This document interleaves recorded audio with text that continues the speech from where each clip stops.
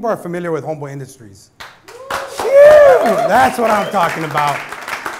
But just to give you a little baseline, background history, you know, we've been around for 25 years. It's one of the largest gang intervention programs in the world. It was founded by a Jesuit priest 25 years ago, which he was placed, and he asked to be placed in the poorest parish in Los Angeles, which was in 1986 was Dolores Mission, smack centered in between two housing projects, which was the largest housing projects west of the Mississippi.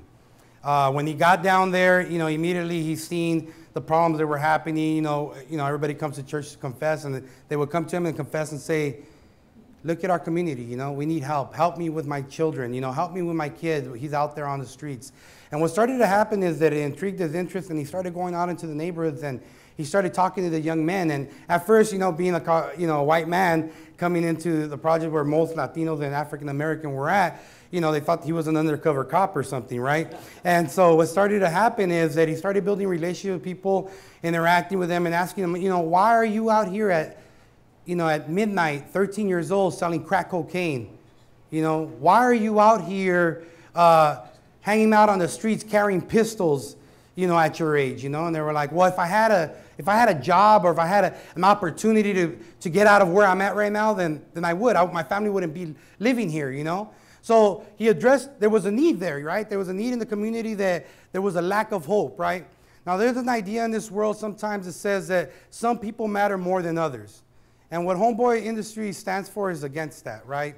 We say that everybody's equal. We're all kinship. There's kinship in the world. That if you really look deep down inside, there's something that we're more alike than we are separated, right? There's differences between us. And one thing that we can constantly kind of connect to, and what's been the TED kind of example today, is that the emotions and the feelings that people go through are things that we all can relate to. And so what started to happen is that he went out into the streets, and he seen what was the need. And the first need that he seen was that a lot of youth were not being able to go and get education because they was in the wrong neighborhood. And if they went over there, they would get shot or killed. So he started with the Dolores Mission School. And to empower the kids from the community to get an education, he asked, if I can get you into school, would you go? And immediately, once the school was built, you know, they moved some of the nuns out and they put the homies in, right? Now, sometimes, you know, when we think about church, we think about the religious aspect of it, and we say, you know, we say these prayers to cast away the sins, right? And then here we are helping the sinners that people have demonized, and saying the gang member, the guy that's out there causing ruckus and causing violence and doing all these things, but we're here to help, right? But it also says in the Bible, in 1 Corinthians 13, it says, if I would be able to have the most faith in the world, where I could move mountains, but not being able to love someone else, then I am nothing. And that's what this is about. It's about loving people and not judging people.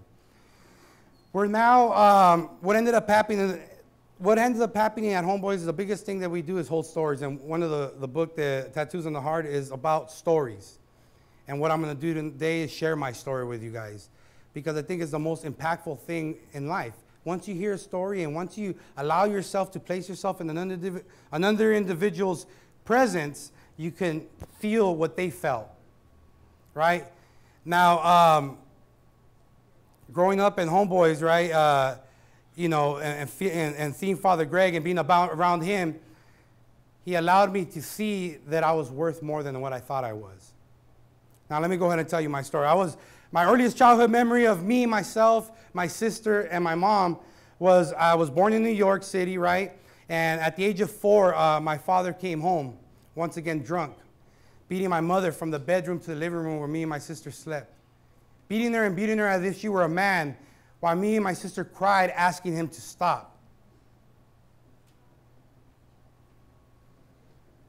Our first teachers in life are our parents. And this is the thing that I've seen. And it was a day that innocence kind of ended for me. I give my mom a lot of credit. You know, she had the strength to leave my father, and we moved from New York to Los Angeles. And, immediately when we came down here, I kind of became the rebellious kid. When my mom said, don't touch the stove, I was touching the stove. She said, don't jump up and down on the bed, I was jumping up and down on the bed. And on one of those occasions, living in West LA, as I was jumping up and down on the bed, as I let myself fall, a .30-30 rifle bullet came piercing through one wall and came out the other. And if not by the grace of God, I would have been shot in the chest. So my mom said, I don't want my son getting caught up in gangs, getting shot or something like that. So we moved from West LA to East LA. Well, talk about going for the dirt to the mud, right? So moved to East LA. My mom worked 2 jobs, kept food on the table, clothes on my back, and the roof over my head. But one thing that she was incapable of giving to us was that love and attention that a kid yearns for when he's growing up.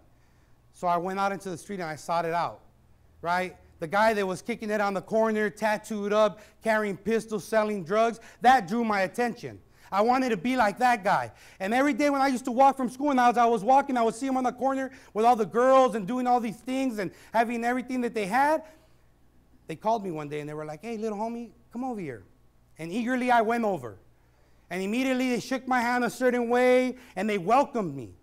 They embraced me. They gave me the things that I was yearning for. Right? And immediately they gave me a nickname. My new nickname was Sleepy, and all of a sudden I wasn't Lewis, I was Sleepy. And every day when I would come home, I would try to go and hang out with them a little bit longer. Right? And what I needed in my life was a father figure. And that's what they became. Right? They showed me how to dress. They showed me, what I started to do is I started grabbing bits and pieces of all the men in the group. Right? The ones that were, I thought at that time was respected, but was really fear. Right? This guy talked a certain way, so I grabbed a little bit of him. This guy walked a certain way, so I grabbed a little bit of him. Right? And what I started to do is I started to create the image of what I thought a man really was. And there I went.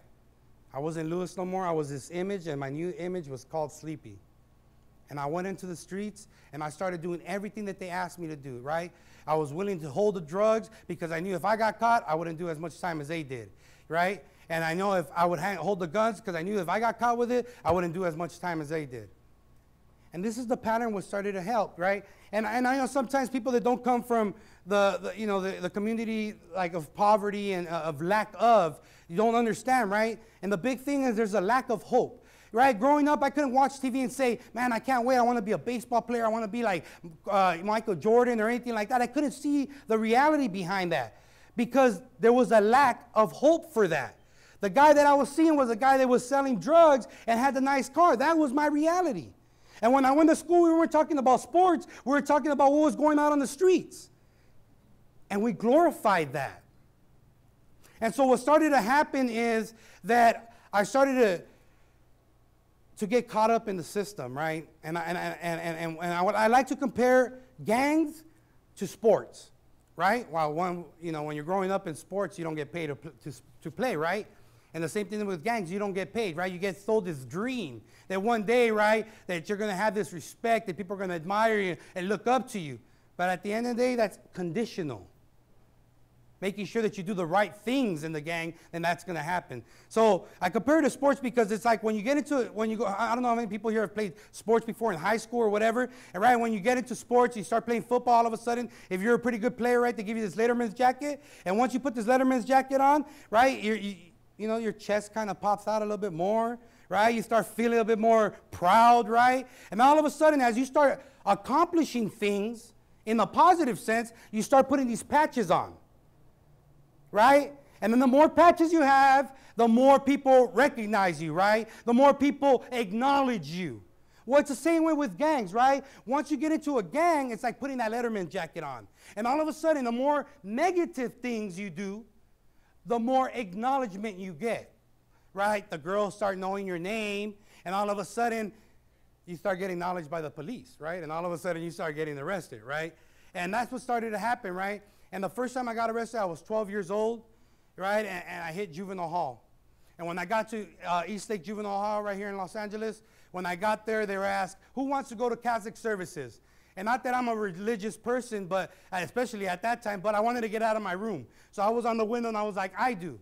And when they went to Catholic services, there was Father Greg, who we call G-Dog. And he was speaking, and he was talking about the Bible, and he was talking about Matthew, Luke, and Paul, but not with those names. He was calling them Shorty, Midget, and Blackie, right? And all of a sudden, I can relate to what he was talking about. Go figure, right? So, as he's told these stories and these testaments and these parables, I got it. And after the service, he came up to me and he gave me a card. And he said, "Here, my son, what are you doing?" He asked my name. He's like, "Come and see me when you get out of here. You deserve more." But there was an emptiness inside, right? Because I was fortunate enough to look like my father. And my mother, I was her scapegoat. She was a great mother, worked 2 jobs, did everything she had to do. But when she got home and she would drink to get away from the problems that she was suffering, I was the person she took it out on. You're just like your father. You're never going to amount to nothing. You're never going to be nobody. And it's like the book by Robert Kiyosaki talks about, Rich Dad, Poor Dad, right? If you got a kid that you raise up and you empower him with words of encouragement and tell him that he could do anything in his life, then that's what that kid's going to believe. But it's also the way in the other form. If you grow up a kid and you tell him he's not going to be nobody, he's going to be just like his dad, he's never going to amount to nothing, then that's what's going to happen. It's like a self-fulfilling prophecy, right? All of a sudden, that's what you think, right? So since you think that, I'm going to show you that's what I will do. And so as I kept going in and out of juvenile hall, juvenile facilities, in and out, right, I kept going outside, and I would tell my stories, and all of a sudden, I just started getting recognized more and more. And what was starting to happen as I kept going in and out of juvenile facilities, I kept seeing Father Greg, and he would see me, and he would say, "My son, come and see me." And what ended up happening, at the age of 16, I got arrested again, and this time I was looking at 25 to life. Right? I had to fight a juvenile fitness here. I wasn't going to go home. And the first person I called, it wasn't my mother, and it wasn't a lawyer. It was Father Greg.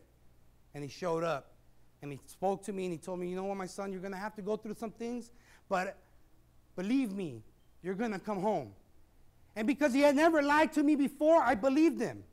Right? But while I was in there, I had to do some things that are required, right? Because when you're in the system, you have this mask on, right? And this mask on lets people see what you want them to see, but don't let them see what's deep down inside, right? Because if they see what's deep down inside, they may think they could take advantage of you or something.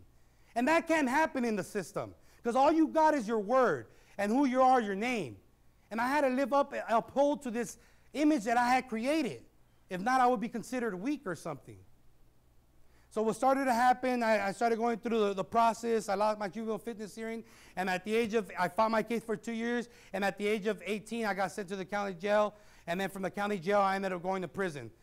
By the grace of God, they dropped my charge because they seen that there was a lot of misinformation that was given out, but that's the thing that I had to do. And when I got out, I went right back out to the streets. And when I went back out to the streets, misery loves company, and I drew people in. And what started to happen is that I was hanging out with one of my homeboys on the streets one day where we hung out at, and he was telling me, he's like, "Man," and this guy, my homeboy, was the guy that I was like looked up to because I was living vicariously through his life because he was doing all the things that I felt that I couldn't do. He was going to school, he graduated high school, he was going to college. I was living through him. And we talked, and he said, "I'm going to go to Homeboys because I need a job." And then what ended up happening is, I was like, "Don't go, man. Father Greg did my first communion camp. Just don't forget where you come from." He's like, "I won't." We slap boxed or whatever. I said, "I'll see you later. I'll talk to you tomorrow." And as I walked down the street and I went home, and I ended up getting a phone call because we used to live on the same street. We used to meet up, and we would walk to our neighborhood together. And I had this philosophy that I'd rather get caught by the cops than get caught sleeping by enemies. And I used to always have a gun. And one day he called me. I wasn't there to answer, so he decided to walk to the neighborhood by himself. And as he was walking, a car drove by, seen him, did a U-turn, came back. The guy got off the car, and as he was walking from one alley to the other, the guy ran behind him and shot him 3 times in the back of the head. His body left lifeless on the floor. I got the phone call, showed up, and when I got there, I could see his mother crying over her baby, losing her baby. Now, retaliation was the first thing that I thought, but no matter how much you retaliate, it never brings no one back. So what ended up happening is that by the last conversation talking about Homeboys, I ended up going to Homeboys. And I showed up. And when I got there, I went into the office with Father Greg, and he looked at me and I said, "You know what, Father Greg, I don't know if you remember me, but you did my first communion camp." He's like, "I do, my son." And I cried to him and I said, "I don't know what to do. I'm lost right now at this moment. He says, come in, my son. You're hired. Start tomorrow. And I started working there. And next thing you know, I started moving up the ladder. I started using all the negative things. I transformed them into a positive thing. And next thing you know, I started doing all these things. And I was about to start my own nonprofit, or a component out of the nonprofit where I was going to take kids out on this boat and show them something different outside of the 4-block radius we know about. And next thing you know, I felt like I didn't deserve it. And I sabotaged. And I went back out there again. Went back out there, and immediately I just thought of all those times that I was with Father Greg. Entered a halfway house for parolees and guys, out of jail. Went back in there, started going back to school, became a straight-A student. I went to LA City College, right? Became a straight-A student, but a B in Spanish. I don't know what happened there, right?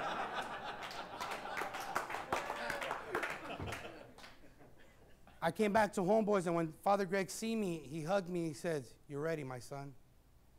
And I started working at Homeboys. I've been there 7 years now, and I've worked up the ranks. And what I do today is I hold the mirror in front of other people to let them see that the gift inside themselves is true, that they deserve better, that they're empowered to do anything they want in their life.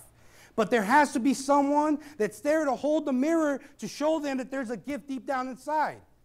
And that's what we do. Every individual in here has that power. Every individual in here has the power to hold the mirror up. You just have to go out of your way to do it.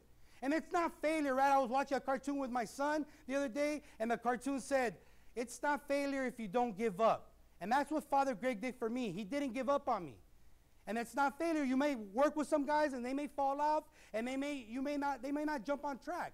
But as long as you're still there holding the mirror for the next people, it will work. It will work.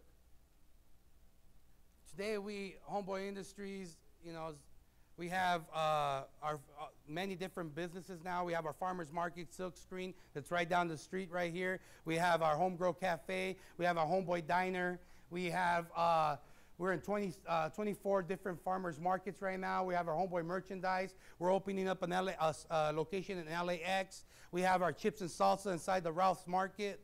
And everything behind this is one bottom line. Every day trying to help an individual. That's the key component to the organization that I work for. Empowering those around you regardless of what they've done in their past. Not judging them for what they've done, but envisioning on what they can do. Thank you very much.